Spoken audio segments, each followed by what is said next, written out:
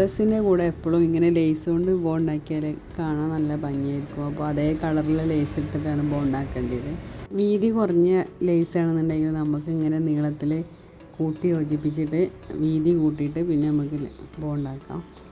പിന്നെ ഞാനധികം ഇങ്ങനെ ലേസ് കൊണ്ട് ബോ ഉണ്ടാക്കലില്ല. പക്ഷേ ക്ലോത്തിൻ്റെ കൂടെ നമ്മൾ ആ ലേസ് ഫിറ്റ് ചെയ്തിട്ടുണ്ടെങ്കിൽ ഞാൻ അതായിട്ടാണ് ബോ ഉണ്ടാക്കുക.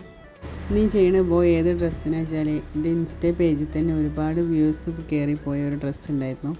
ആ മോഡൽ ഡ്രസ്സിന് വേണ്ടിയിട്ട് തന്നെയാണ് ഞാൻ ഈ ബോ ഉണ്ടാക്കുന്നത്. ഞാനിത് ഉണ്ടാക്കുന്നത് 1 ഇയർ ബേബിക്കുള്ള ഡ്രസ്സാണ്. അന്ന് ഇൻസ്റ്റയിൽ ഇട്ട വീഡിയോ 3 ഇയർ ബേബിക്കുള്ള ഡ്രസ്സായിരുന്നു. 1 ഇയർ ബേബിക്കുള്ള ഡ്രസ്സ് ആയതുകൊണ്ട് ഞാനൊരു 15 ഇഞ്ചിലാണ് ലെങ്ത്ത് എടുത്തിട്ട് ചെയ്തിട്ടുള്ളത്. പിന്നെ ലേസ് ഇങ്ങനെയൊക്കെ സ്റ്റിച്ച് ചെയ്ത് കഴിഞ്ഞതിന് ശേഷം ഞാൻ അതിൻ്റെ നടുവിലായിട്ട് നമ്മൾ സ്റ്റിച്ച് ചെയ്ത ഭാഗവും കൂട്ടി പിടിച്ചിട്ടാണ് ബോ ഉണ്ടാക്കിയിട്ടുള്ളത്.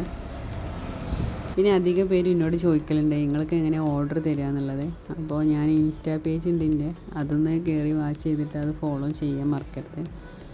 അപ്പോൾ അതിലെൻ്റെ നമ്പറുണ്ട്. പിന്നെ അതിൽ DM ചെയ്താലും മതി, അല്ലെങ്കിൽ ഈ നമ്പറിൽ വാട്സപ്പ് ചെയ്താലും മതി. പിന്നെ ഈ സ്ക്രീനിൽ ഞാൻ വേണമെങ്കിൽ നമ്പർ കൊടുക്കാം. ആ നമ്പറിൽ നിങ്ങൾ വാട്സപ്പ് ചെയ്തിട്ട് കോൺടാക്റ്റ് ചെയ്താലും മതി.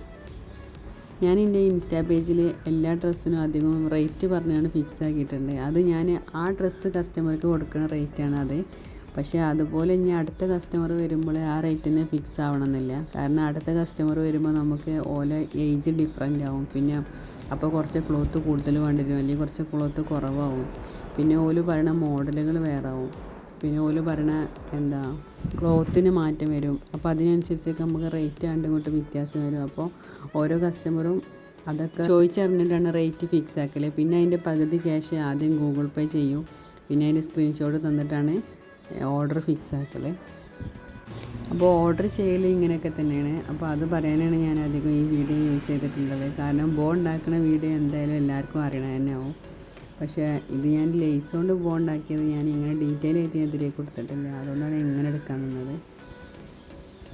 പിന്നെ ലേസ് തിരഞ്ഞെടുക്കുമ്പോൾ എപ്പോഴും ഹാർഡായിട്ടുള്ളൊരു ലേസ് തിരഞ്ഞെടുക്കരുത്, ഒരു സോഫ്റ്റ് ആയിട്ടുള്ള ലേസ് തിരഞ്ഞെടുക്കണമെന്ന് ഇങ്ങനെ ബോ ഉണ്ടാക്കാനൊക്കെ ഭംഗിയുണ്ടാവില്ല. ഞാൻ ചെയ്തെടുത്ത ഫ്രോക്ക് ഇതായിരുന്നു. വൈറ്റ് കളറിലായിരുന്നു കസ്റ്റമർ ഓർഡർ ചെയ്തത്. അപ്പോൾ ഇതിന് ഞാൻ ചെറിയ പേളാണ് ഉപയോഗിച്ചത്. അത് സിൽവർ കളറായിരുന്നു പേളാണ് ഉണ്ടായിരുന്നത്, വൈറ്റ്. കാരണം ഇത് പിന്നെ കസ്റ്റമറിന് പോയി പർച്ചേസ് ചെയ്യാനുള്ള ടൈം ഉണ്ടായിരുന്നില്ല. അപ്പോൾ പക്ഷേ എനിക്ക് തോന്നുന്നു വൈറ്റിനേക്കാളും ഭംഗി ഈ ഒരു സിൽവർ കളറിനായിരുന്നു ഉള്ളത്. പിന്നെ ഇതിൻ്റെ കൂടെ ചെയ്ത ഈ ഹെയർ ക്ലിപ്പ് ഞാൻ കസ്റ്റമർക്ക് മാറ്റി ചെയ്ത് കൊടുത്തിട്ടുണ്ട്. കാരണം ഹെയർ ബാൻഡ് ആക്കി മാറ്റിയിട്ടുണ്ട്. പിന്നെ ഇതിന് ഞാൻ ബാക്കിൽ ഇങ്ങനെ ഒരു പിന്ന് പിടിപ്പിച്ചിട്ടുണ്ട്.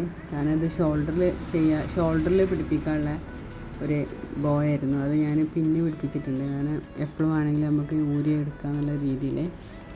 അപ്പോൾ ഇന്നത്തെ വീഡിയോ ഇത്രേ ഉള്ളൂ. അപ്പോൾ ഈ ചാനലൊന്ന് ഇഷ്ടപ്പെട്ടാൽ സബ്സ്ക്രൈബ് ചെയ്യാനും ഷെയർ ചെയ്യാനും കമൻറ്റ് ചെയ്താനും മറക്കരുത്. അപ്പോൾ ഇങ്ങനത്തെ സ്റ്റിച്ചിങ് വീഡിയോ ആയിട്ട് അടുത്ത വീഡിയോയിൽ വരാം.